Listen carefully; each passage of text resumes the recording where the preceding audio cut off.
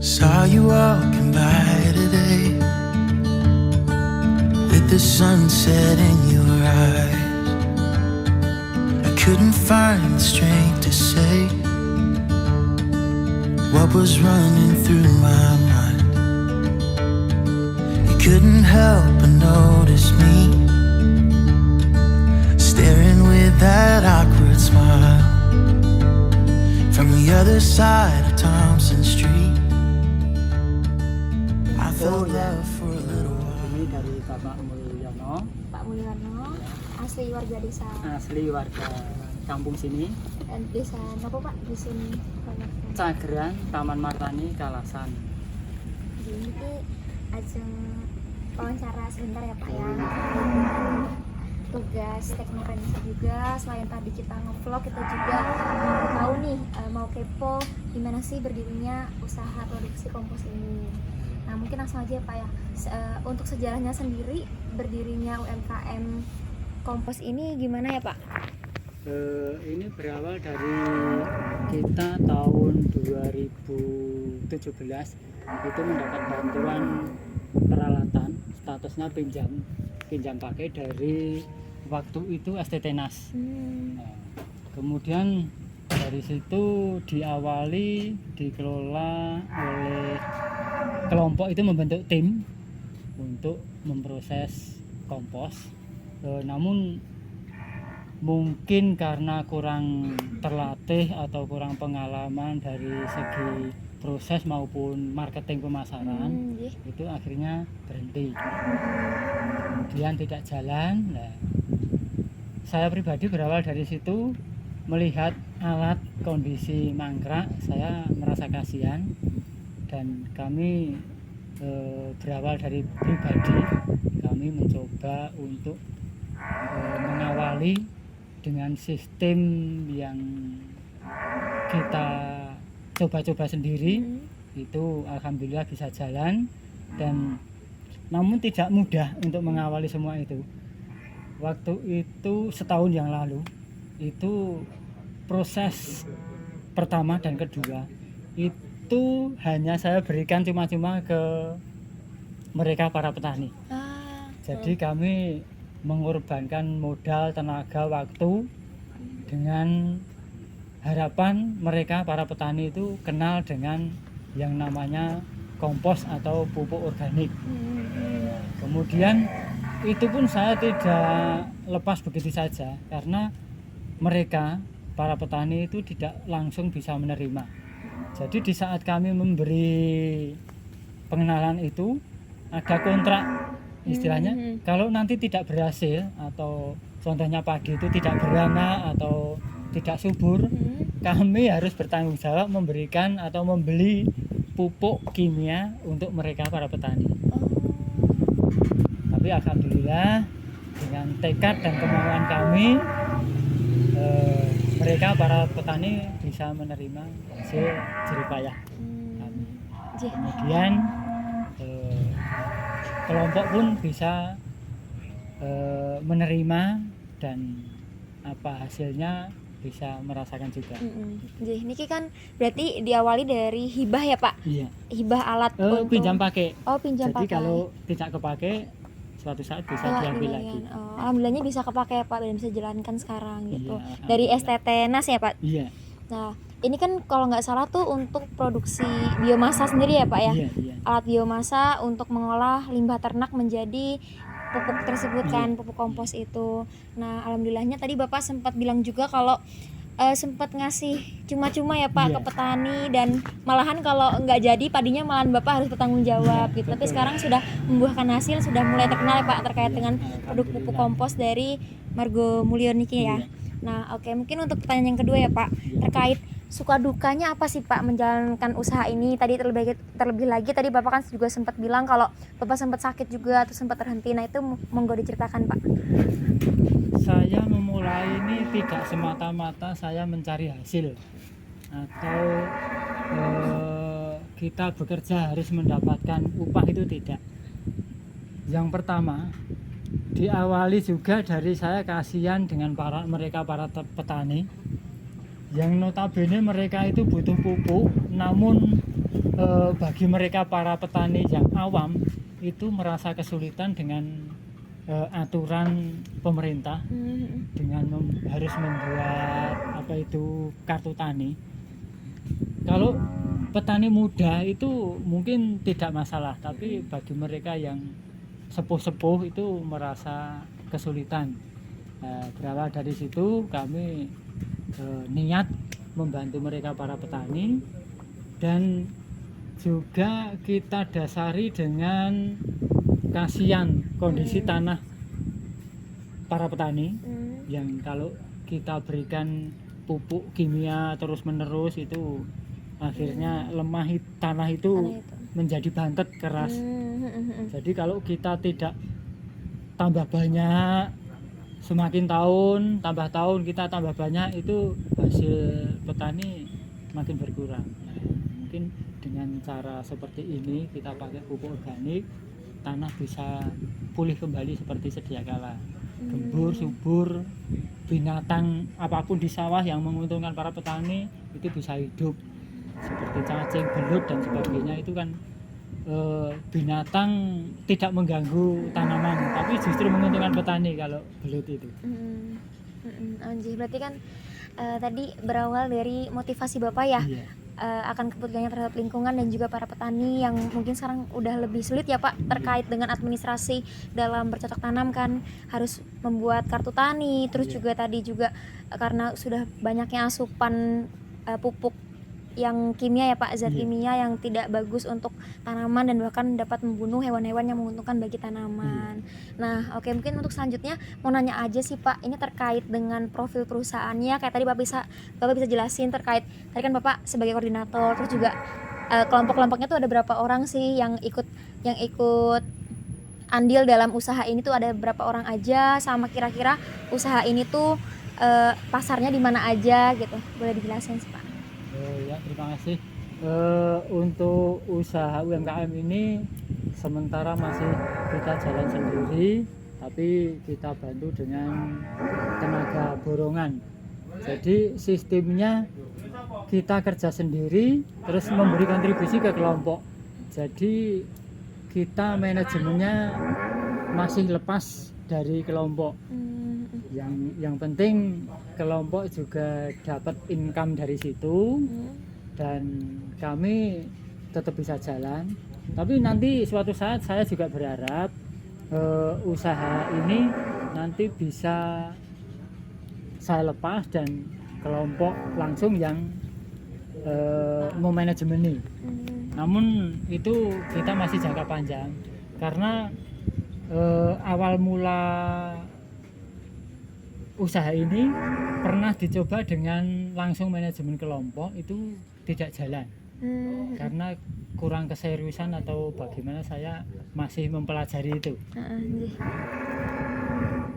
Mungkin itu yang terlahir dari inisiatif saya, dan mungkin harapan kami nanti kita bisa merekrut juga tenaga kerja, khususnya para anggota kelompok Anggrek Mutis ini. Namun tidak menutup kemungkinan bisa dari luar juga. Dan untuk pemasaran sementara kami masih di internal Jogja. Internal Jogja aja. Kias-kias pertanian dan juga langsung para petani. Kurang lebih berarti untuk pekerja di pupuk kompos UMKM pupuk kompos ini sama ya Pak, hampir dengan peternak-peternak di sini ya Pak. Kurang lebih di sini peternaknya ada berapa ya Pak? Untuk peternak itu kira-kira ada 40. Ada 40 orang. 40 orang. Dengan untuk kapling itu ada 68. Karena yang saya sampaikan tadi 40 itu peternak aktif. Peternak aktif. Jadi mereka selebihnya itu statusnya juga anggota tapi tidak aktif. Jadi kandangnya kosong. Untuk sapinya sendiri ada berapa ekor ya Pak di sini? Populasi sapi di sini saat ini terakhir update 10 hari yang lalu itu 93. 93. Ya. Untuk pengambilan bahan bakunya itu memang langsung diambil dari masing-masing oleh peternak masing-masing, atau Bapak aja dengan kelompok? Ada yang mereka para peternak itu ngantar ke tempat kumpul, titik kumpul. Ada juga kami ada tenaga borongan untuk mengangkut dari masing-masing kandang ke titik kumpul. Oh, itu ya Pak ya. Iya. Nggih. Tadi kan juga kita berbicara proses pembuatan nih Pak. Tadi kita udah sempat nimbrung sedikit terkait dengan proses pembuatan dari pupuk kompos. Diawali tadi kita mulai ini ya Pak, mencampurkan emulsi dengan EM4, terus juga Iya. kita mulai menimbun kotoran dan mulai menyiramkan campuran emulsi dan EM4 tadi, sama ada Bioaktif. kapur ya Pak. Iya. Nah itu nanti Bapak mungkin boleh dijelaskan kembali Pak, untuk proses selanjutnya setelah proses tadi tuh ada apa aja gitu. Untuk proses setelah kita memasukkan ke petak proses tadi, itu setelah full kita tutup rapat dan kita tunggu sekitar 30 sampai 40 hari tergantung kondisi bahan baku. Kalau bahan baku itu bersih dan kering itu bisa lebih cepat, namun kalau kondisinya banyak sampah, banyak sisa pakan itu bisa lebih lama. Kemudian setelah kita nggak cukup proses fermentasi, itu kita bongkar, kita hamparkan di titik hamparan untuk proses pengeringan. Itu kurang lebih 10 hari sampai 15 hari itu sampai siap giling. Kemudian kalau sudah kita giling, kita kemas seperti ini, nah, langsung tinggal kita kirim ke pemesan. Atau juga kadang mereka pemesan datang mengambil sendiri. Dan untuk pasaran kita sudah ada beberapa kios maupun toko pertanian, dan juga mereka pelanggan petani. Rata-rata yang memakai produk kami itu petani milenial, Nah, petani yang sudah muda. mulai aware akan Iya, lingkungan ya Pak iya, ya. betul, betul. Dibandingkan dengan hanya meraup keuntungan, tapi mereka juga peduli terhadap lingkungan ya Pak, Iya. terkait tanah tadi yang udah Iya. sempat Bapak jelaskan juga. Nah Pak, tadi kan berbicara terkait dengan proses pembuatannya tuh hampir lama ya Pak untuk mendiamkan Iya. kotorannya saja. Nah mungkin Bapak boleh jelasin nggak sih kira-kira omset yang didapat setiap bulan tuh hampir berapa sih Pak gitu? Omset setiap bulan karena kita melayani para petani ya Mbak, jadi kita tidak bisa menentukan, artinya tidak stabil karena musim tanam dan apa ya, cuaca. Mungkin kalau kita rata-rata itu hasil kotor sebulan itu bisa 11 juta sampai 15 juta sebulan. Nah, kalau kita ambil bersihnya kira-kira hanya sekitar 4 sampai 5 juta. Dipotong dengan biaya Iya. produksi dan biaya tenaga Biaya ya Pak. produksi, biaya tenaga, bahan baku gitu. Nah nanti untuk untuk omset bersihnya tersebut akan dipakai untuk apa Pak? Untuk bahan baku selanjutnya atau untuk uang kas atau gimana Pak? Yang jelas uang kas ada, untuk bahan baku tentu, kemudian pengembangan. Yang jelas kami memerlukan pengembangan tempat maupun alat, karena alat kami sementara kurang memadai, jadi kita tetap menginvestkan untuk alat. Berarti untuk sembari menabung ya Pak ya, Iya. untuk alat selanjutnya ya Pak ya. Iya. Nah tadi Bapak sempat bilang juga kalau pemasarannya baru sekitar kios-kios pertanian. Iya. Nah untuk strategi marketingnya apakah ada merambah ke online atau gimana Pak? Apa memang ada niatan untuk tahun depan atau bagaimana? Untuk pemasaran online saya sudah mengupload ke Facebook juga, itu tapi belum maksimal. Kemudian untuk yang kita nggak mudah itu kita mempromosikan di luar daerah itu, ada teman atau saudara kita berikan cuma-cuma untuk mencoba menanam, mengaplikasikan di lahan mereka, Mengenalkan juga ya Pak, ya, sembari mengenalkan di mengenalkan. sana. Dan itu pun saya juga tidak mudah, artinya kita juga perlu modal, kita berikan gratis dulu. Nah, setelah ada hasilnya baru mereka bisa menerima. Jadi sembari masih orang ke orang ya Pak Iya. ya untuk strategi marketing dari UMKM ini gitu. Tapi harapannya mungkin selanjutnya kalau boleh tahu Pak, di sini tuh ada Karang Tarunanya sendiri nggak ya? Di dusun ini. Iya, Karang Taruna ada. Mm-mm.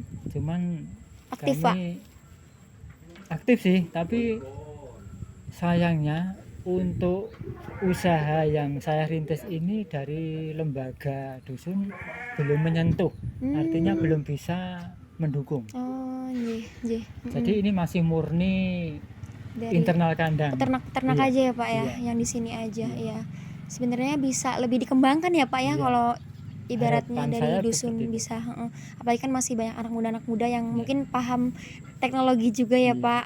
Mungkin bisa membantu untuk membranding terkait dengan produk yang dihasilkan oleh UMKM ini. Iya. Gitu. Mungkin Padahal saya itu sudah sering diminta ke daerah lain untuk mengisi materi juga, dan itu saya senang sekali kalau diundang gitu. Jadi artinya saya bisa memberikan ilmu saya Iya, ke mereka. iya, anjir Pak. Berbagi pengalaman ya Iya, Pak ya, sudah betul. bisa mendirikan UMKM ini. Oke, baik Pak. Mungkin kemarin kan sempat ada pandemi Covid ya Pak ya.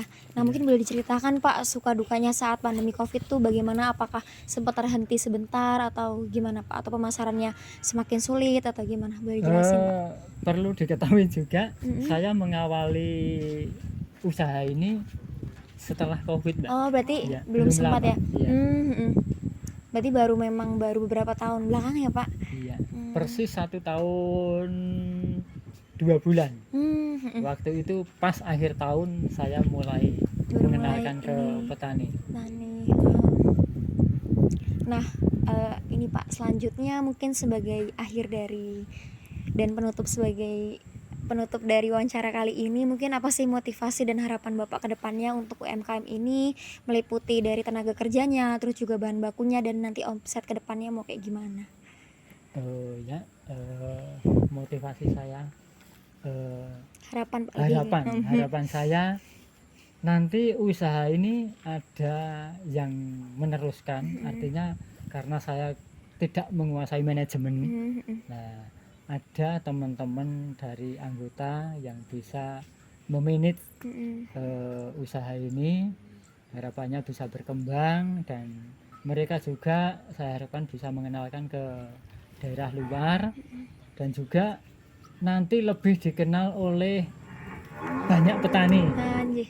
Syukur-syukur nanti bisa berkembang ke luar Jogja. Itu harapan kami. Para petani tidak kesulitan lagi untuk mencari pupuk. Jadi cukup kita terapkan dengan sistem organik. Insya Allah nanti para petani malah justru sehat dengan pertanian organik. Gitu, Dan bahkan kalau bisa banyak merambah mitra ya Pak ya, apalagi terkait bahan baku ini. Jadi kalau misalkan ada permintaan mendadak, tidak perlu harus beli dari luar lagi, tapi harus kerjasama ya Pak. Iya. Syukur-syukur bisa berkembang, bisa merekrut tenaga kerja. Jadi bisa menarik tenaga kerja, mengatasi pengangguran juga. Jadi mungkin cukup sekian ya Pak untuk wawancara pada siang kali ini. Terima kasih Bu untuk Pak Sama-sama. Mulyono, semangat terus ke depannya. Amin, amin, amin. Doanya, Mbak. Iya, Mas. jadi Beautiful, so beautiful.